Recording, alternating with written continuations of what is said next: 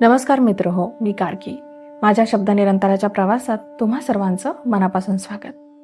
चितमपल्ली सरांनी लिहिलेल्या रानवाटा या पुस्तकाचा परिचय मी आपल्याला करून दिला होता. त्याच पुस्तकातील एक छानसा लेख आपण सोबत अभ्यासू. इटिया डोहातील हुदाळे. सर लिहितात, पाणकुत्र्याला ओटर असं म्हणतात. ओटर या शब्दाची उत्पत्ती संस्कृतमधील उद्र या शब्दापासून झाल्याचं सांगतात. अमरकोशाचा टीकाकार माहेश्वर उद्र हुद इति प्रसिद्ध असे भाष्य करतो. अभिधान चिंतामणी कोशात उद्र म्हणजे जलमार्जार असं अमरकोशकाराचं अनुकरण करून त्यास पानीय नकुल व वसी असे पर्याय दिले आहेत. हुदाळे व पाणकुत्रा या नावाने भंडारा जिल्ह्यामध्ये तो प्रसिद्ध आहे. हिंदीमध्ये त्याला उद, उदनी, उदबिलावा व पाणी कुत्ता असं म्हटलं जातं, तर मराठीत पाणमांजर, जलमांजर म्हणून ओळखलं जातं. हुदाळ्या हा मुंगसाप्रमाणे दिसणारा चपळ पातळ अंगाचा जलचर प्राणी. तो दिसायला ना कुत्र्यासारखा ना मांजरासारखा असतो. हेमचंद्राने मात्र त्याला पानीय नकुल, पाण मुंगूस असं मोठं सार्थ नाव दिलं आहे. तो द्रुत गतीने पाण्यात पोहतो. विलक्षण चपळाईने बुडी घेतो. शकुल माशाच्या लवचिकतेने पाणी कापत कापत माशांचा वेध घेतो. जमिनीवरून चालताना मात्र त्याच्या पाठीवर कुबड दिसतं. पाण्यात असो व पाण्याबाहेर त्याच्या इतका आनंददायी प्राणी नाही. जाळीदार पंजे, नावेच्या आकाराचं अंग व सुकाणूप्रमाणे शेपटी अशी त्याची शरीराची ठेवण त्याच्या पाण्यातील जीवनाला अनुकूल आहे. बुजरा परंतु विलक्षण चकवा देणाऱ्या या लाजाळू प्राण्याला रात्रीच आहार विहार करणं आवडतं. तो कोणाच्या वाटेला जाणार नाही, परंतु त्याला कोणी आव्हान दिलं तर त्याच्यासारखा युद्धपटू नाही. तो खूप भटकतो, अगदी नदीच्या उगमापासून ते मुखापर्यंत. नदीतून महानदीवर, बोडी, तळी, सरोवरातून विस्तीर्ण जलाशयात असा जलप्रवास करताना वाटेत तो हुडकी, लहान बेटं, पाण्याकाठची निवाऱ्याची जंगलं, सराणी, त्याच्या पूर्वजांनी आखून दिलेल्या मळविलेल्या पारंपरिक सगरीवरून जिथं त्याच्या आज्या पंजांनी विसावा घेतला आहे तिथंच थांबत असतो. युगानुयुग असंच चाललं आहे. अनेक वर्षाच्या अभ्यासानंतर माझं मत असं झालं आहे की हुदाळ्यांचं निरीक्षण करणं मोठं कठीण आहे. मात्र मासे मारणारे कोळी वा ढिवरांना त्यांच्याविषयी इतरांपेक्षा खूप माहिती असते. या बहुमानाला पोहोचलेल्या ढिवरांना समजून घेणं अवघड नाही. जिथे हुदाळे विहार करतात तिथंच ढिवर मच्छीमारी करीत असतात. मच्छीमारीला मोठी ध्यानमग्नता लागते. ढिवर तासनतास पाण्यात एखाद्या खोडासारखा उभा असतो. जलाशयात बुडून वठलेल्या ओंडक्याप्रमाणे तो तिथल्या स्वाभाविक रचनेचा भाग वाटू लागतो. सर्वांना चकवा देणारा हुदाळ्या त्याला मात्र दिसतो. गंधर्व नगरीतील स्वराप्रमाणे वाटणारे विलक्षण मोहमयी अशा त्यांच्या शिशुलीचे सूर तो ऐकू शकतो. सकाळी पडकवण्यातील गळाला लागलेल्या माशांची मुंडकी तेवढी राहिली आहेत. सारी धडं मात्र हुदाळ्यांनी खाल्ली आहेत हे तो उदास वृत्तीने पाहतोही. मला असं सांगायचं नाही की हुदाळ्यांना पाहण्यासाठी मच्छीमारीच करायला हवी. मच्छीमारी करीत नसाल तर कदाचित हुदाळ्यांना पाहायच्या इच्छेने ती करायला सुरुवात कराल याची शक्यता मात्र नाकारता येणार नाही. त्यामुळे इतरांपेक्षा हुदाळ्यांचं तुम्ही निरीक्षण सहज करू शकाल. परंतु मासेमारी न करताही तुम्ही इतर जणांपेक्षा हुदाळ्यांना जास्त पाहू शकाल. मी स्वतः मासे मारत नाही, परंतु माझ्या मनाच्या निश्चयाने मी रोज जलाशयातील हुदाळ्यांना पाहतो. त्यांची मोहमयी शीळ एक ताणतेने ऐकतो. मला त्याकरिता मच्छीमारीचे सोपस्कार करावे लागत नाहीत. मात्र याकरिता मच्छीमारीसाठी लागणारी अवधानता, चिकाटी तुमच्यात असणं आवश्यक असतं.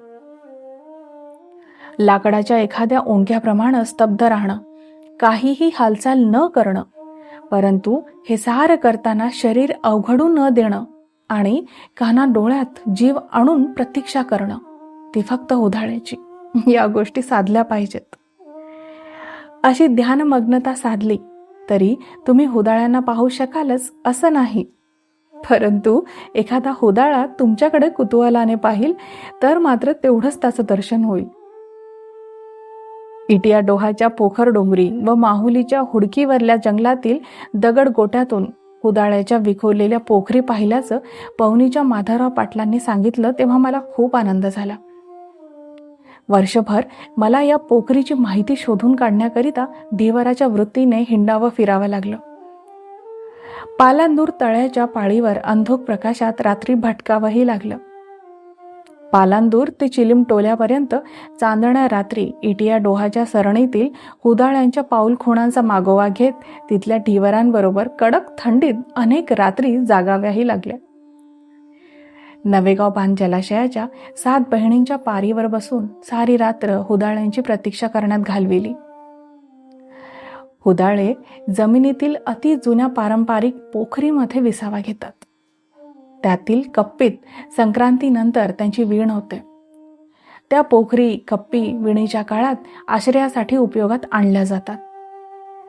वर्षभर त्या एकाच कुटुंबातील हुदाळ्यांसाठी नसतात. साऱ्या हुदाळ्यांच्या जलप्रवासाच्या वाटेवरचं ते पिढीजात आश्रयस्थान असतं. एकदा तुम्हाला पोखरीची माहिती होऊन जवळच हुदाळे राहत असल्याचं कळलं की ते तुम्हाला भविष्यात केव्हा ना केव्हा दिसणार हे निश्चित.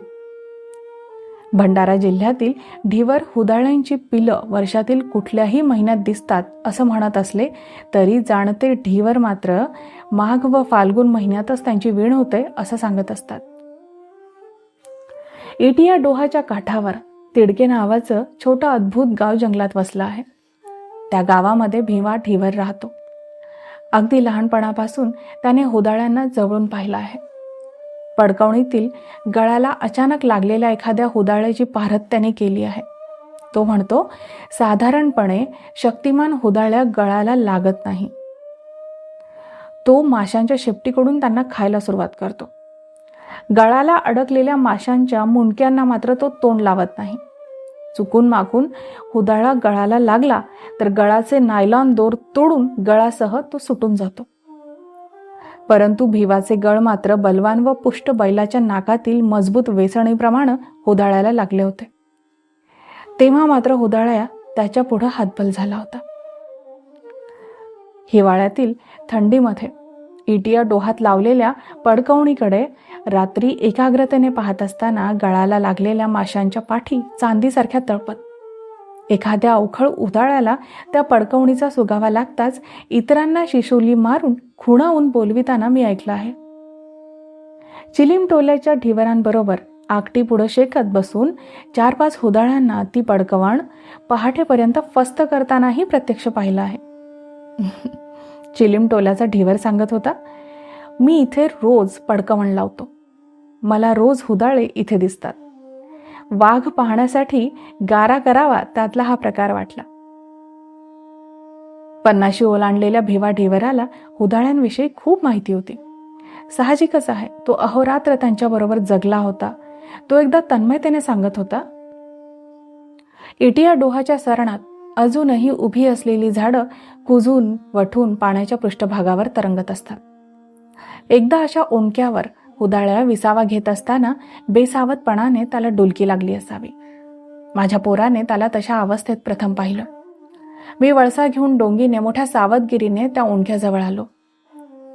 सरणात आडव्या पडलेल्या मोहाच्या पोखरीतून इकडून तिकडे बागडत खेळत असलेली उंदरा एवढी गोजीरवाणी हुदाळ्याची पिलावळ मी एकदा पाहिली होती. पाण्यात ती क्वचितच उतरतात.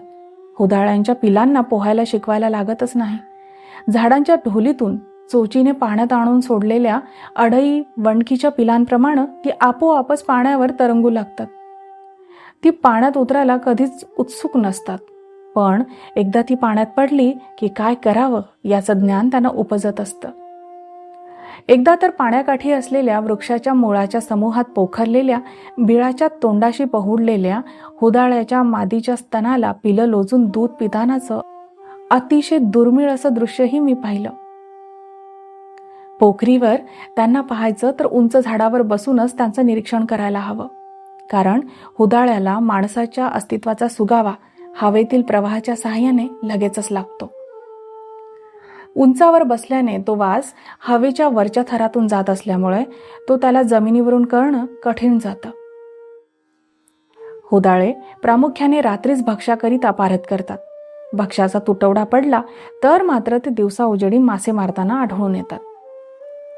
ज्या ऋतूत त्यांना सपाटून भूक लागते तेव्हा ते खस व गादेच्या आश्रयाने संधी प्रकाशातही सावजाच्या शोधात असतात.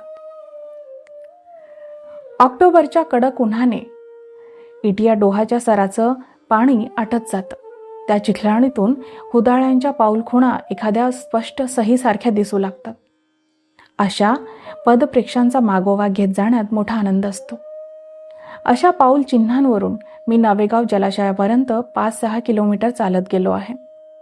कधी कधी या पाऊलखुणा सशाच्या पिळाकडे गेलेल्या आढळतात. हुदाळ्याला सशाचं लुसलुशीत मांस आवडतं.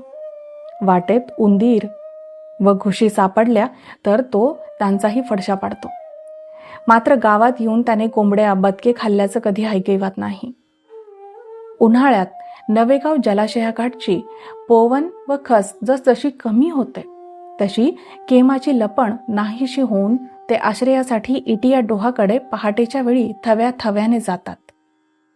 एकदा चांदण्यात सकाळच्या वेळी आकाशातून इटिया डोहाकडे त्यांना उडताना पाहून मागोवा घेत गेलो. वाटेत बांबूच्या रांजीत आश्रयाला असलेल्या 2 केमापैकी एकाला हुदाळ्याने मारताना पाहिलं.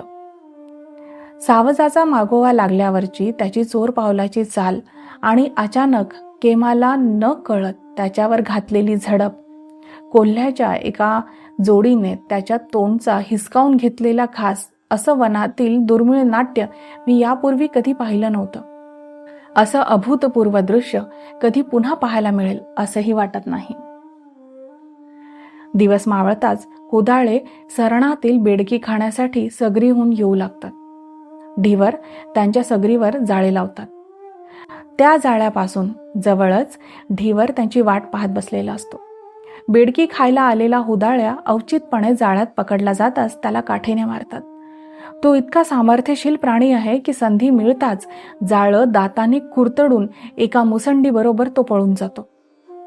परंतु शिकार करणं हे काही निरीक्षण नव्हे. मेलेल्या हुदाळ्याची माहिती ढिवरांना मिळत असेल, पण जिवंत हुदाळ्याविषयी ते फारसे काही शिकू शकत नाहीत. हुदाळे मासे मारून खाताना पाहणं मोठ्या गमतीचं असतं. हुदाळे एका ठराविक जागेवर विष्ठा करतात. कित्येकदा त्यांच्या विष्ठेमुळे तेथील जमीन, दगडगोटे पक्ष्यांनी शीट टाकावी तशी पांढुरकी दिसून त्यांच्या अस्तित्वाचा सुगावा लागतो. त्यांच्या विष्ठेचं पृथक्करण करून त्यांच्या भक्ष्याविषयी खात्रीलायक माहिती मिळू शकते. कधी कधी ढिवराने मारलेल्या हुदाळ्याच्या पोटातील अवशेषांचं निरीक्षण करून त्यांच्या आहाराविषयीचं ज्ञान होतं. हुदाळे इतर काहीही खात असले तरी ते मुख्यतः मत्स्यभक्षी आहेत. शकुल व वाम मासे त्यांना खूप आवडतात. नदीतील कोळंबी ते खातात. नदीतील झिंगे कमी झाले तर ते हुदाळ्यांमुळे होत नाहीत, परंतु माशांची पैदास करण्याकरिता केलेल्या छोट्या तळ्यांची मात्र गोष्ट वेगळी आहे. तेथे हुदाळे अनर्थ माजवितातच. अशा वेळी घरची कोंबडी पळविणाऱ्या कोल्ह्यासारखाच त्यांचा बंदोबस्त करायला हवा. हुदाळ्यांना नदीकाठच्या उंच डगरी दरडीवरून घसरत डोहात जाणं फार आवडतं.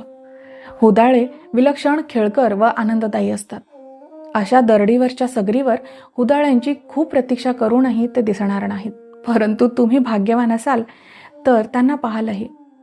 याकरिता थोडी झोपमोड झाली तरी ती संधी घेण्यात मोठा आनंद असतो. अशी परिचित सगर दिवसाच पाहून ठेवावी. सगरीच्या अगदी जवळ जाण्याचा प्रयत्न करू नये. ही जागा ज्या उंच ठिकाणावरून चांगली दिसेल तेथे रात्रभर राहण्याच्या तयारीने जावं. कोल्ह्याप्रमाणे हुदाळ्याच्या सवयी वैताग आणणाऱ्या आहेत. त्याच्या वाटेकडे डोळे लावून बसू तेव्हा मात्र तो दिसणार नाही, मात्र ज्या क्षणी त्याच्याकडे पाठ फिरवाल तेव्हा तो बाहेर येईल. पण हुदाळ्याची हीच रीत आहे. पालांदूरच्या छोट्या वनविश्रामगृहात मी राहत होतो. जवळच एक मोठं रम्य तळं होतं. त्या तळ्यावर अडई, वणकी चरायला जायच्या. ही वन्य बदकं हुदाळ्याला फार आवडतात. हुदाळ्या त्यांना मोठ्या कुशलतेने धरतो. तो बुडी मारून त्यांच्या खाली येतो आणि लगेचच त्यांना पाण्याखाली ओढतो. या तळ्याच्या पारावर बसून संध्याकाळ ते पहाटेपर्यंत त्याला पाहण्याकरिता कितीतरी रात्री मी जागून काढल्या आहेत. अडई वणकी पाहिल्या, सारस पक्ष्याच्या जोडीचा घरट्याजवळील अप्रतिम नाच पाहिला, परंतु हुदाळा मात्र दिसला नाही. ज्यावेळी मी हे घडताना पाहिलं तेव्हा मी तळ्याकडे पाहत नव्हतो. तिथल्या गूढ पहाटेच्या चांदण्यात धनसुव्याचा विभ्रांत स्वर ध्वनिक्षेपित करीत असताना हुदाळ्या अडईला पाण्याखाली ओढताना दिसला. काही क्षणातच हुदाळ्या तोंडात अडई धरून तळ्याकाठी आला. 5-50 तासाच्या निष्फळ निरीक्षणापेक्षा योग्य जागी ठराविक वेळी गेल्याने कधी कधी निसर्गातील अद्भुत रम्य क्षण अनुभवायला येतात. परंतु एक खरं की प्रयत्नानेच पुष्कळ गोष्टी पाहता येतात. मित्र हो, हा छानसा लेख सर इथे संपवतात. तुम्हाला ओळखीचा असेल ना हा प्राणी? पाणमांजर, ऑटर हा प्रामुख्याने पाण्यात आणि जमिनीवर राहणारा मांसाहारी सस्तन प्राणी. प्रामुख्याने मासे, खेकडे, बेडूक आणि लहान जलचर खाणारा. यांचं शरीर थोडंसं लांबट आणि सडपातळ असतं. त्यांचे पाय आखूड व बोटे पडद्याने जोडलेले असतात आणि यामुळेच त्यांना पाण्यात जलद पोहता येतं. नद्या, तलाव, दलदलीचे प्रदेश आणि समुद्र किनाऱ्यालगत हे राहतात. अत्यंत चपळ आणि सामाजिक प्राणी. हे पाणथळ जागेच्या परिसंस्थेचे संतुलन राखण्यात महत्वाची भूमिका बजावतात. तर त्यांच्यावरचा हा लेख तुम्हाला कसा वाटला हे मला नक्की कळवा. अतिशय सुंदर असा हा लेख आहे आणि हा लेख ज्या पुस्तकामध्ये तुम्हाला वाचायला मिळेल ते पुस्तक रानवाटा. शब्दनिरंतराच्या ऑनलाईन बुक स्टोअरवरती हे पुस्तक उपलब्ध आहे. तुम्ही सहजपणे तिथे भेट देऊ शकाल आणि हे पुस्तक तुम्ही सहजपणे घरी मागवू शकाल. मी बुक स्टोअरची लिंक डिस्क्रिप्शन बॉक्समध्ये देत आहे. चला आता मी थांबते. आपण लवकर भेटू एखाद्या छानशा अभ्यासपूर्ण लेखासह किंवा एखाद्या छानशा पुस्तकाच्या परिचयासह. तोपर्यंत आजच्या या लेखावर चिंतन करा आणि भरपूर वाचन करा. धन्यवाद.